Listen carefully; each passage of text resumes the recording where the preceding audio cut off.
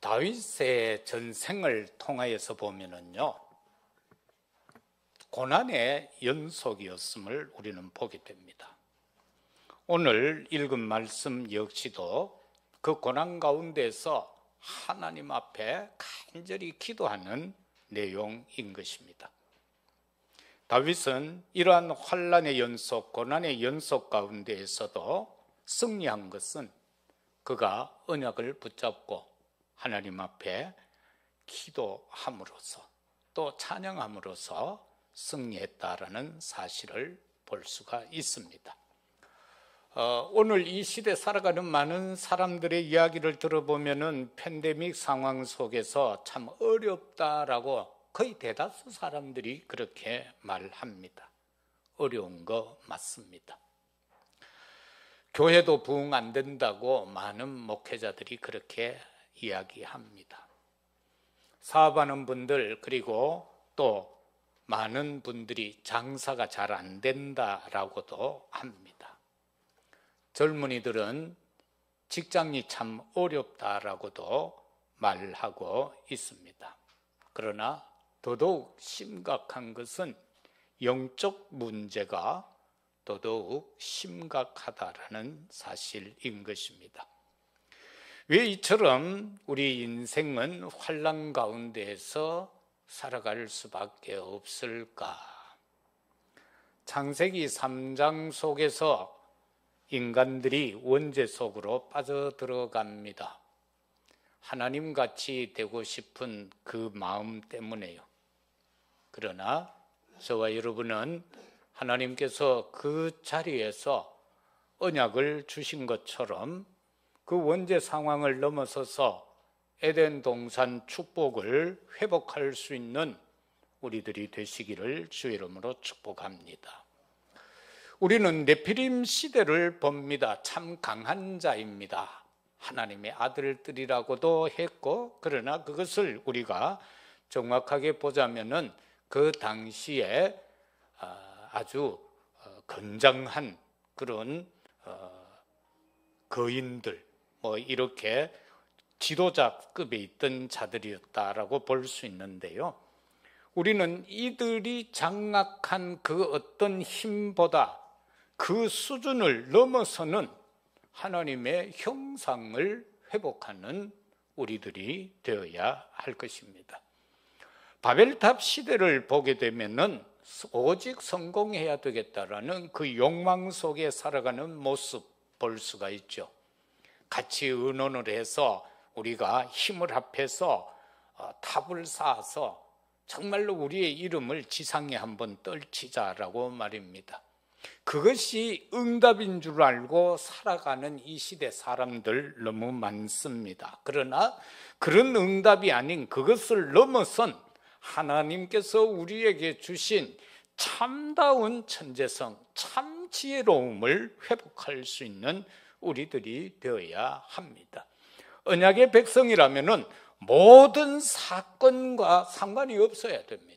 일일이 일어나는 사건 그 속으로 매몰되면 안 되지. 오다가 보니까 앞산 쪽에도 산불이 났던데 참 우리가 이러한 많은 것 지금 전국에 보면은 막 산에 난리, 자연 바비큐가 막 이러는 강원도 쪽 저런 데는 지금 소가 1000마리가 타 죽고 생 난리가 났어. 이런 사건, 크고 작은 사건들, 이거 우리가 언약 안에서는 상관이 없어야 되는 겁니다. 많은 성도들이 믿는 사람들이 보면은요, 크고 작은 응답 때문에 또 믿음이 실패하는 사람들이 의외로 많습니다. 그런가 하면은 응답이 안 오면은 그것 때문에 또 넘어지는 사람들이 많습니다. 응답이 와도 문제고 응답이 안 와도 문제인데 이것과 상관없는 삶이 되어야 합니다. 렘넌트의 7명들은 다 이런 것과 상관없는 삶을 살았습니다. 노예로 가도 포로로 가도 속국으로 가도 그들은 그게 그들을 좌우하지 못했습니다. 그들은 그 속에서 언약을 붙잡고 하나님의 뜻과 하나님의 계획을 성취시켜 갔던 사실을 볼 수 있지 않습니까? 오늘 이 시간도 저와 여러분들에게 있어서 중요한 것은 뭡니까? 하나님이 나와 함께 한다는 거, 이거 붙잡아야 됩니다. 하나님이 우리와 함께 한다는 것, 임마누엘을 붙잡아야 되는 겁니다. 그런가 하면 우리 모두를 통하여서 하나님은 당신의 일을 이루어 가심에 그 속에 우리를 하나 되게 하신 원네스의 응답 속으로 들어가야 된다라는 사실인 것입니다.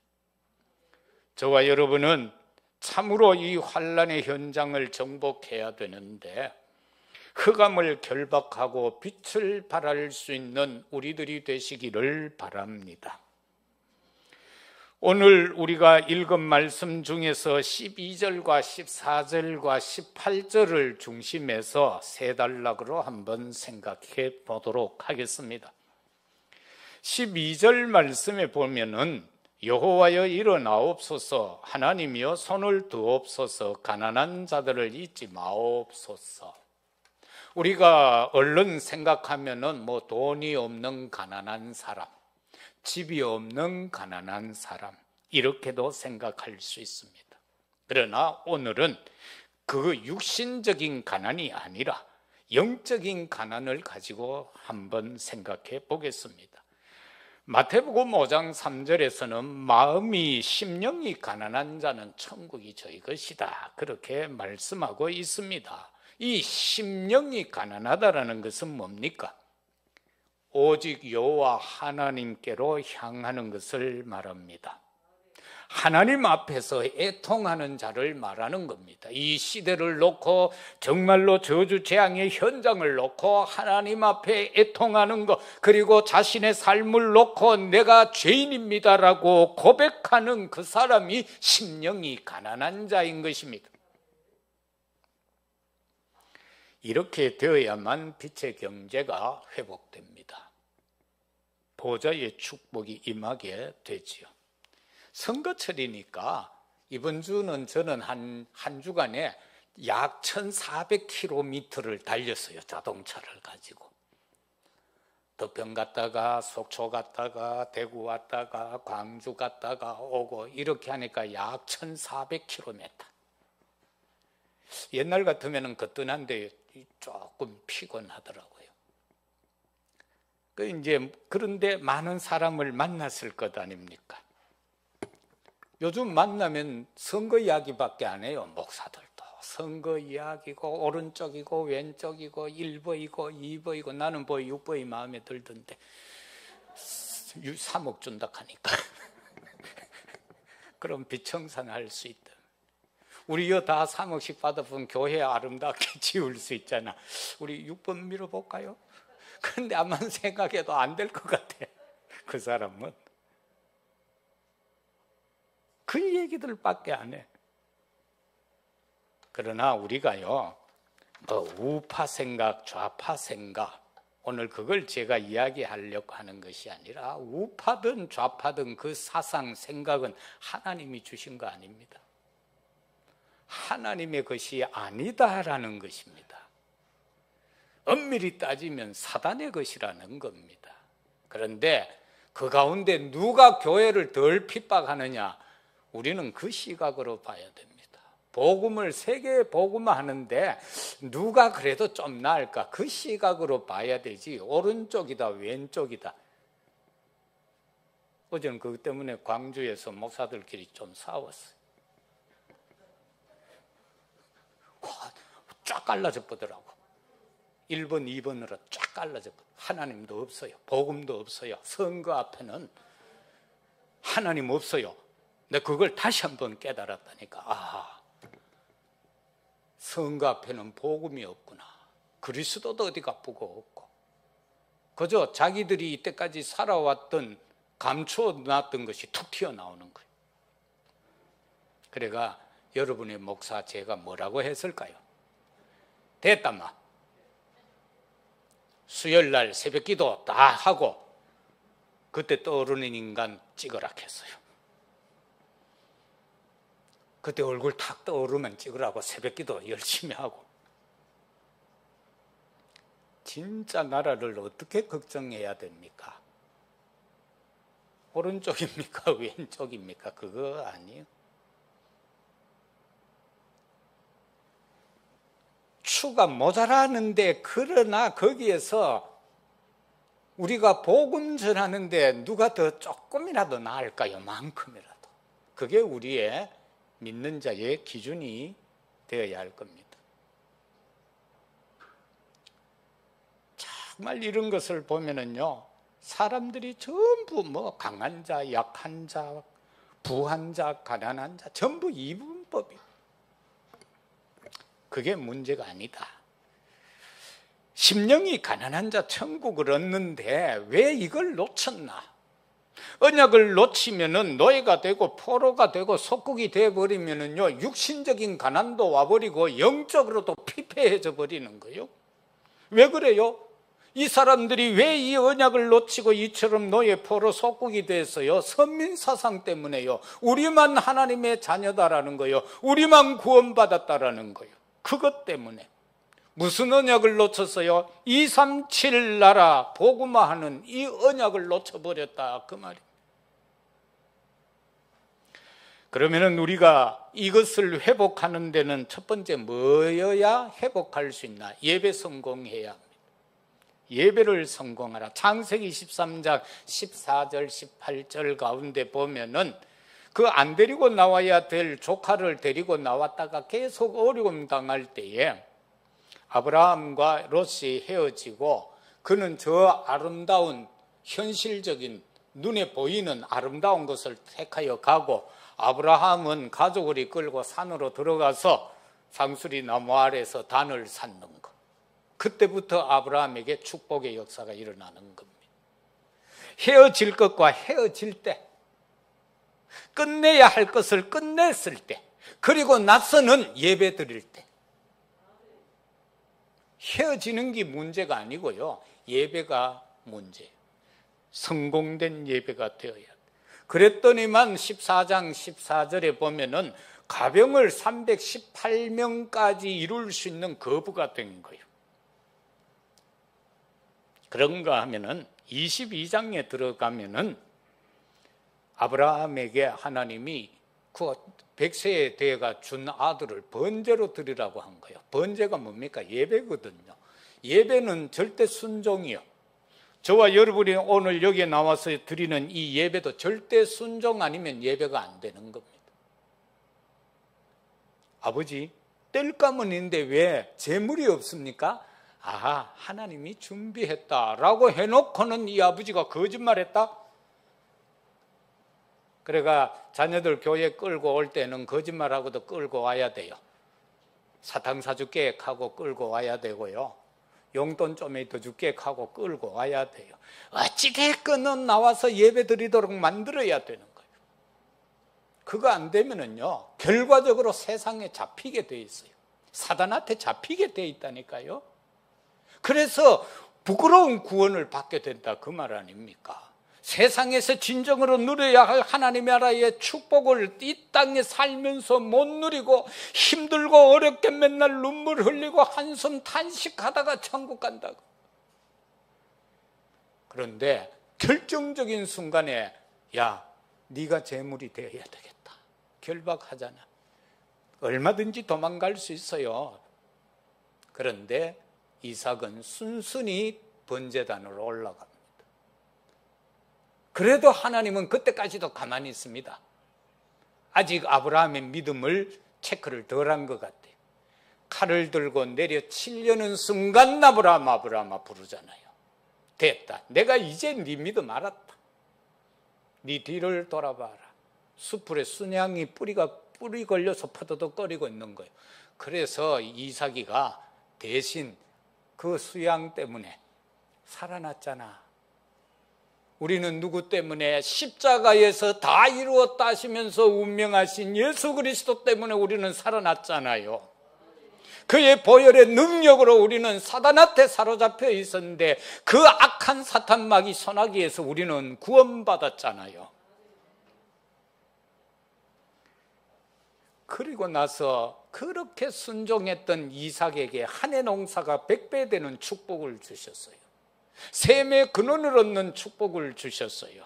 그런가 하면은 창세기 26장 22절에 보면은 느호봇의 경제적 축복을 허락해 주신 것을 보게 됩니다. 넓은 지경의 축복까지 허락하신 거예요. 이처럼 하나님은 처음부터 우리 축복했습니다.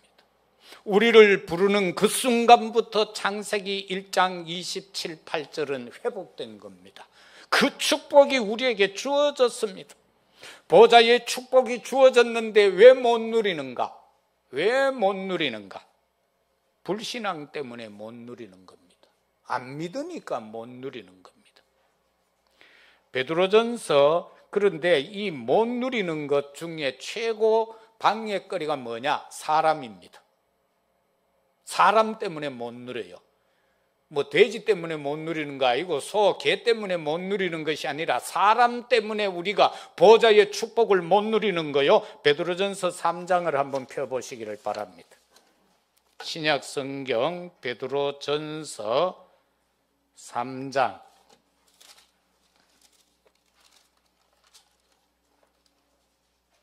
8절에서 12절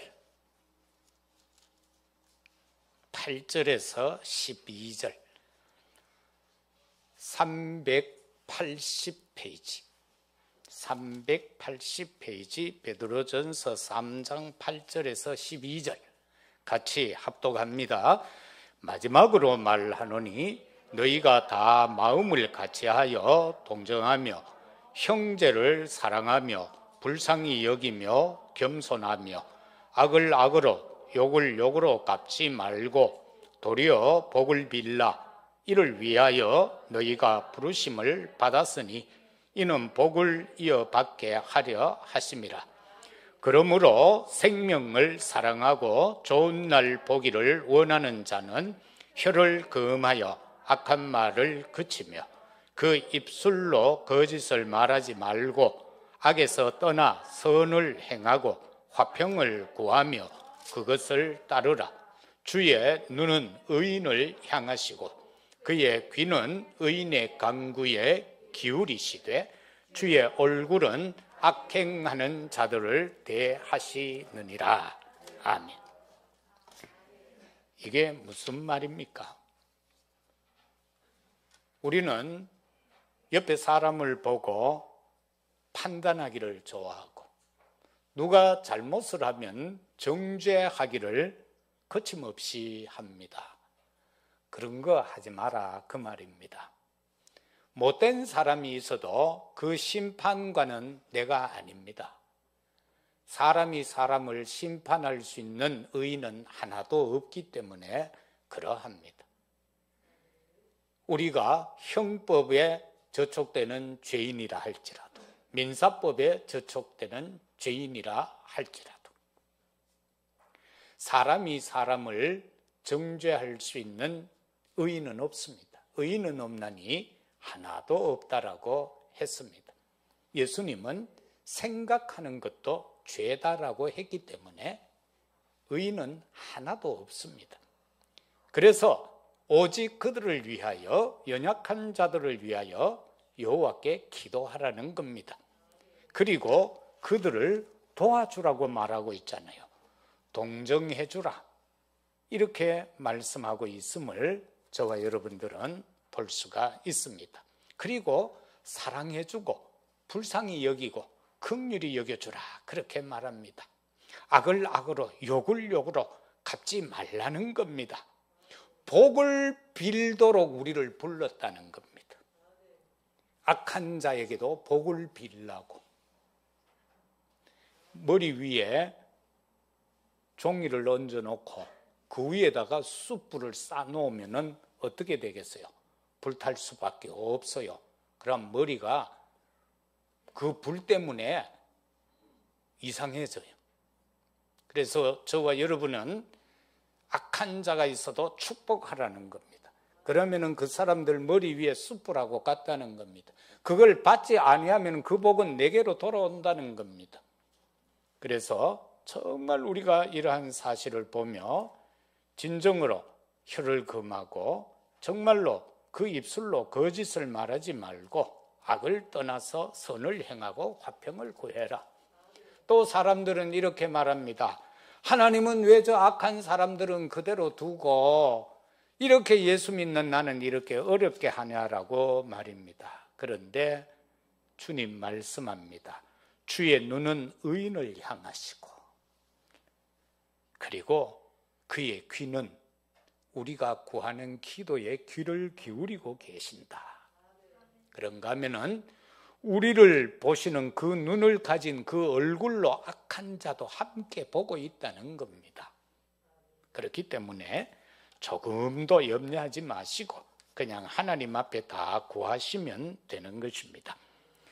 광야에서 이스라엘 백성들이 원망하고 불평했지만은 그나마 그 광야에서 성공하고 남은 자들이 가나안에 들어갈 수 있었던 것은 그들의 신앙의 삶을 규정짓는 10계명 붙잡고 살았기 때문에 그렇습니다. 그런가 하면은 그들에게는 하나님께서 그 광야에 있는데 그들을 보고 성막을 지으라고 했습니다. 그리고 그 주변에 회막과 장막을 짓고 오직 여호와 하나님을 앙망하고 바라보며 그들은 살았습니다. 이것이 바로 광야에서 성공한 비결입니다.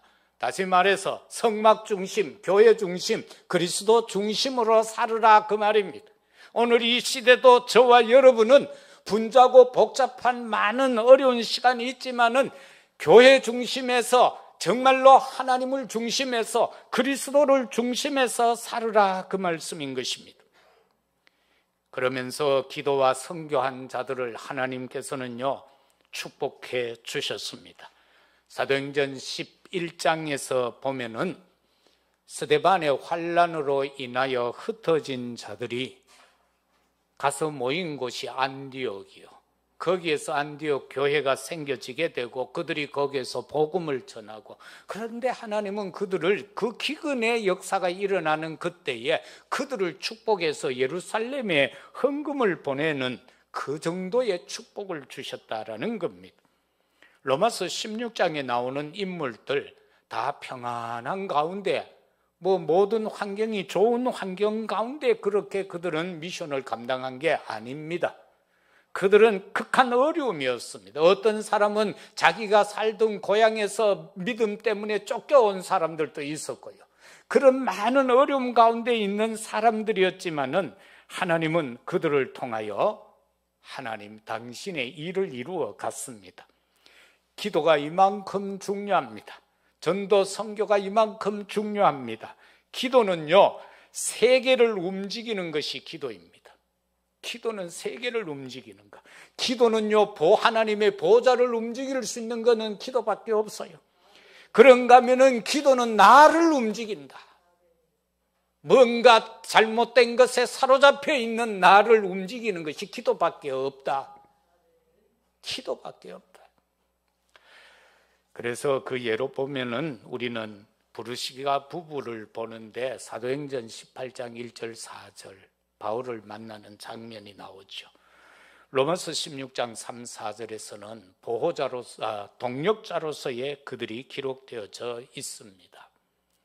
그들은 복음 때문에 쫓겨와서 그리고 바울을 만나고 업이 같아서 함께 기거하면서 복음을 더더욱 받아서 확증이 되고, 그런데 그들은 나중에 재벌이 되어졌다. 그리고는 바울의 끝까지 목이라도 내어놓겠다라고 하면서 함께한 자들이었음을 보게 됩니다. 바울이 가는 곳곳마다 많은 사람들이 그의 주변에 있었습니다. 사도행전 13장 1, 4절에서 처음 선교사로 파송받을 때에 5명이 모여서 금식하며 기도했습니다. 사도행전 16장에 들어가면은 기도 처소에 오가면서 만난 자가 바로 루디아입니다. 나를 주 믿는 자로 알거든 내 집에 유하라고 말합니다. 그러면서 함께 복음을 전하죠. 그런가 하면 우리는 오바다라는 사람을 보게 됩니다. 선지자 100명을 숨겼던 그 국내 대신이었던 그가, 아합의 최고 신임받는 장관이었던 그가 엘리야의 제자가 되어졌고, 그러면서 핍박 가운데 선지자들을 50명씩 나누어서 그를 보호했다. 100명을 먹여 살린다. 그 경제적 응답 없으면 못하는 거예요. 그런가 하면은 록펠러를 보세요. 우리는 록펠러 그럼 어떻게 생각합니까? 그는 어려서부터 어머니의 이야기를 듣고 생활을 하면서 10의 구조를 드리고 세계 부자를 했다, 뭐 그렇게 정도를 알고 있잖아요. 그러나 더 중요한 게 뭡니까? 10의 구조를 드렸다? 그런데 오늘날 10의 구조 드리는 재벌은 없어요. 이 재벌은 세계 제일 가는 재벌은 10의 구조를 드리고 세계 제일의 부자를 했어요. 그런데 많은 사람들이 10의 구조를 드리기는 원하지만 록펠러가 행한 신앙생활은 안 따라가는 거예요. 그게 더 중요한 겁니다. 지금도 그와 같은 자가 나온다면 하나님은 축복하시겠죠. 록펠러는 그 큰 대기업을 하면서도 1시간 전에 교회에 가서 기도했다. 그것도 앞자리에서. 그런데 그가 돌아다니면서 전도를 안 했는데 그 교회의 반틈은 록펠러 보려고 예배드리러 오는 자들이었다. 자연전도다.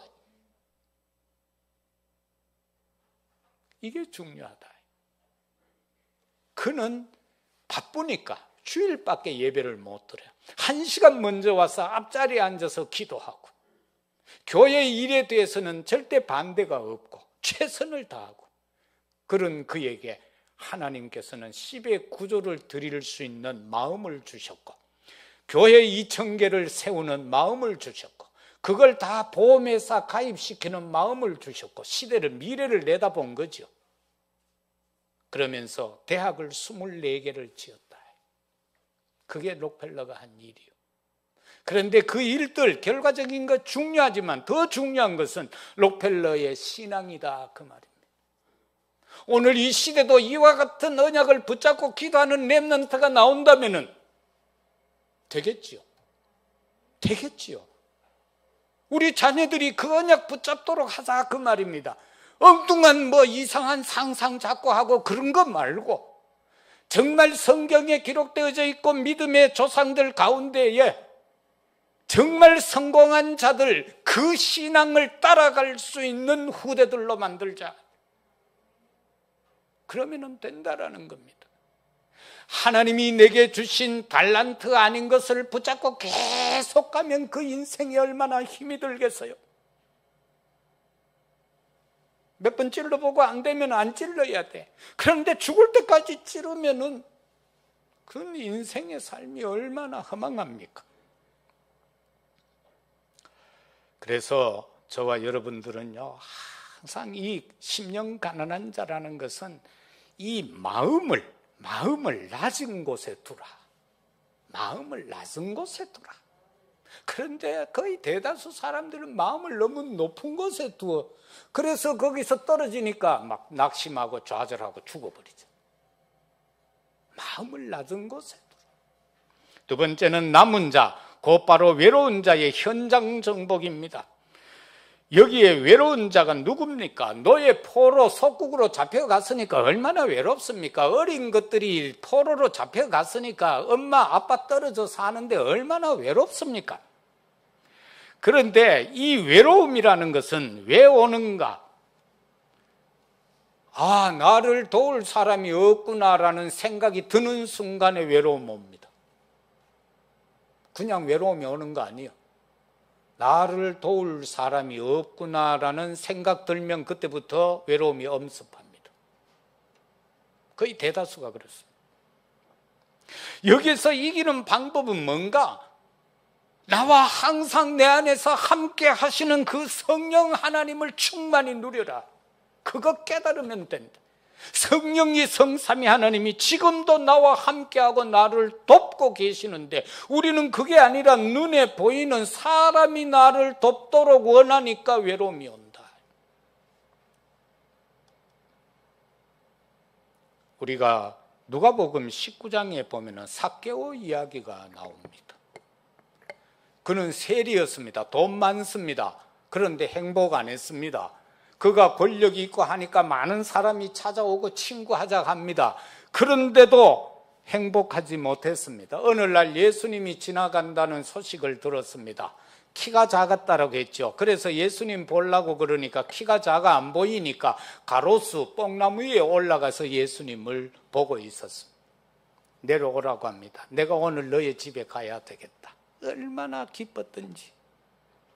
내가 누구의 걸 도둑질하거나 토색한 것이 있으면 4배를 갚겠고 가난한 자를 위하여 재산을 반을 내놓고 막 이렇게 합니다. 얼마나 기뻤으면 그렇게 했겠어요. 예수님을 진짜 만나면 행복해집니다. 돈이 많다고 행복한 것이 아니고 좋은 집에 살고 좋은 차 탄다고 권력 가졌다라고 명예 가졌다라고 행복한 것이 아니라 예수님을 만나야 참 행복하다라는 사실인 것입니다. 사랑하는 성도 여러분들, 저와 여러분은요, 문제 속에서 유일성 응답을 받아야 되고 갈등 속에서 위기 속에서 유일성의 응답을 받아야 됩니다. 그 유일성 하는 게 뭡니까? 오직이죠. 오직의 응답. 예수님으로부터 오는 그 응답을 말하는 겁니다. 하나님께로부터 오는 그 응답을요.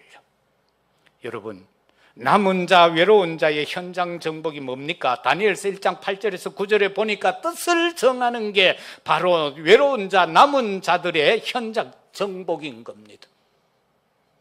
현장에서 외롭다 하지 마시고 뜻을 정하십시오. 하나님이 왜 나를 이 현장에 두셨는가? 하나님이 왜 나를 여기에 두셨는가? 그것 붙잡고 뜻을 정해버리면 되는 겁니다. 다니엘의 세 친구, 다니엘서 3장에 나오지요.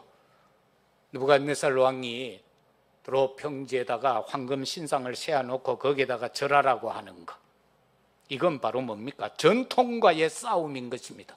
오늘날 믿음 안에 있는 언약 가진 저와 여러분들은요, 세상의 전통과 싸워야 합니다. 세상에 하나님과 적대시하는 많은 전통들이 있습니다. 많은 문화가 있습니다. 영적인 것들이 있습니다. 이것과 싸워야 한다라는 사실인 것입니다. 우상 숭배하라고 할 때에 그리 아니하실지라도 우리를 살려두지 아니하실지라도 거기에 던지어져서 죽는다 할지라도 우리는 왕의 신상에 절할 수 없습니다. 다니엘의 정시기도를 보세요. 거기에 이거는 무엇과의 싸움입니까? 거짓과의 싸움인 것입니다. 다니엘을 바라보면서 시기하고 질투하는 그 많은 동료들, 그 거짓에 사로잡혀 있는 자들과 싸우는 것입니다. 그런데 다니엘은요, 그 상황 속에서도 전에 행하던 대로, 어제 하던 대로 오늘 또 그는 원수들이 지켜보고 있는데 예루살렘을 향하여 창문을 열고 하루에 3번씩 무릎을 꿇고 감사함으로 기도하더라. 사랑하는 성도 여러분, 저와 여러분이 예수를 그리스도로 영접하고 정말로 구원받은 그 처음의 그 은혜의 시간, 그거 놓치지 말아야 됩니다. 전에 행하던 대로, 내가 처음 구원받아 감격하던 그때 행하던 대로, 그때는 그래도 기도하고 새벽 기도도 하고 철야도 하고 예배 빠짐없이 드리고 하였는데 어느샌가 우리는 자꾸 세상 속에서 편리함을 따라가고 있다. 에스더 4장 16절 17절에서 죽으면 죽으리라, 이거는 절망과의 싸움입니다. 하만이라는 총리가 유다인들을 다 죽이려고 계략을 꾸며놓은 그 상황에서 지금 황제 앞에 찾아가야 되는데 그냥 불쑥 찾아갈 수 없는 예법이 있어. 그냥 가면은 죽으니까 3일 금식하겠습니다. 오라버니 우리 백성들과 함께 같이 3일 기도해 주세요. 그리고 나서 내가 죽으면 죽으리다 가서 구하겠습니다. 그 이후에 주어진 이 절망의 현장에서 이것과 싸워서 얻은 게 불임절의 축복 아닙니까? 오히려 대적 하만과 그 가족들이 다 죽게 되어졌습니다. 그 집이 걸음터가 되어지고 말았습니다. 그런가 하면 우리는 현장 정복을 해야 되는데 복음으로 현장을 치유시켜라. 다른 것을 가지고 치유하는 거 아닙니다. 바울이 복음 사역을 갈 때 사도행전 13장, 16장, 19장에 보면은 정말로 무당이 나오고 점술이 나오고 역술이 나오는 그 현장을 들어가서 복음 전해서 그들을 치유하는 장면이 나옵니다. 이것이 저와 여러분들이 전도하고 선교해서 얻어야 할 바로 우리가 정복해야 될 현장이다라는 겁니다. 그리고 후대들을 위하여서 바울은 위대한 회당 전략을 썼다라는 것입니다. 오늘날 우리 자녀들이요, 유치원부터 시작해서 선교원 또는 어린이집, 초등학교, 중학교, 고등학교, 대학, 그 다음에 석박사 과정을 밟고 이렇게 하는 이 속에 우리의 미래를 책임져야 할 아이들이 그 속에 다 있잖아요. 거기에 들어가서 바울처럼 복음을 전하는 그 축복의 역사가 일어나야 된다는 것입니다. 한 학교 안에 진짜 생명 건 제자 하나씩만이라도 세워지도록 말입니다. 그것만 되면 되겠죠. 마지막으로 억압당하는 자에게 복음으로 자유케 하라. 바로 18절 말씀입니다. 그리고 요한복음 8장 32절도 그렇게 말하고 있습니다. 우리가 진리 안에서 자유를 얻을 수 있다. 그 진리가 누군가? 예수 그리스도 아닙니까? 예? 진리를 알지니 진리가 너희를 자유케 하리라. 예수를 알지니 예수가 너희를 자유케 하리라. 다른 어떤 것으로도 우리를 자유함을 줄 수 없습니다. 오직 예수 그리스도 생명의 복음만이 우리를 자유케 할 수 있습니다. 그러나 그 자유가 방종이 되면 안 되죠. 오직 그리스도가 답입니다. 예수님은 마지막 말씀했습니다. 내가 다 이루었다. 요한복음 19장 30절에서 내가 다 이루었다라고 말입니다. 그가 바로 무엇을 이루었습니까? 참 왕으로서, 참 제사장으로서, 참 선지자로서 사단의 문제, 죄의 문제, 이거 다 이루었다라고 말씀하고 있습니다. 그는 어떻게 우리에게 말씀합니까? 그러니까 너희도 나 같은 일을 하라는 겁니다.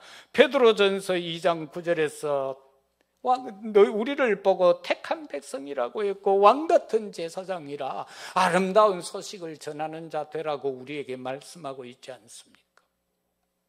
내가 참 선지자, 제사장, 왕으로서 이 모든 문제를 해결했는데 지금은 내가 너희들에게 맡긴다. 베드로전서 2장 9절. 그리고 우리가 참으로 복음으로 자유케 해야 하는데 어떻게? 세 가지 뜰을 회복해라. 오늘날 수많은 교회들이 있지만은 주님이 그처럼 걱정하고 걱정했던 예루살렘 성전과 같은 교회들만 가득 차 있단 말입니다. 무슨 말인가? 이방인들이 자유롭게 예배드릴 수 있는 교회다. 아이들이 자유롭게 뭔가 미래의 언약을 붙잡고 살아갈 수 있는, 그리고 거기에서 그것을 위하여 기도할 수 있는 뜰, 이게 회복이 되어져야 되는데 예루살렘 성전은 어떠했습니까?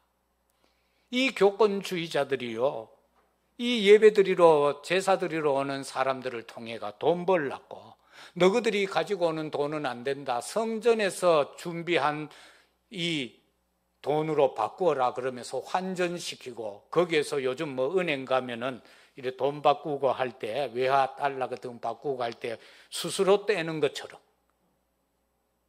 이런 식으로 하는 거예요. 그리고 자기들이 재물을 가지고 오면은 이거 못 쓴다, 흠 있다, 여기에서 파는 거라고 교환해라 그러면서 어떤 언제가 팔고, 완전히 시장판이 되어져 버렸잖아요. 그래서 예수님이요, 막 채찍을 가지고 그 상을 뒤엎으시면 하신 말씀이 있잖아요. 내 집은 만민이 기도하는 집인데 어찌해서 너희는 강도의 굴열로 만들었느냐. 예? 강도 소굴로 만들었다는 겁니다. 오늘날 우리의 교회들은 어떠한가? 이 문제만 우리가 해결한다면 우리는 이 속에서 구원받아야 할 자들에게 답을 줄 수 있고 자유케 할 수 있습니다.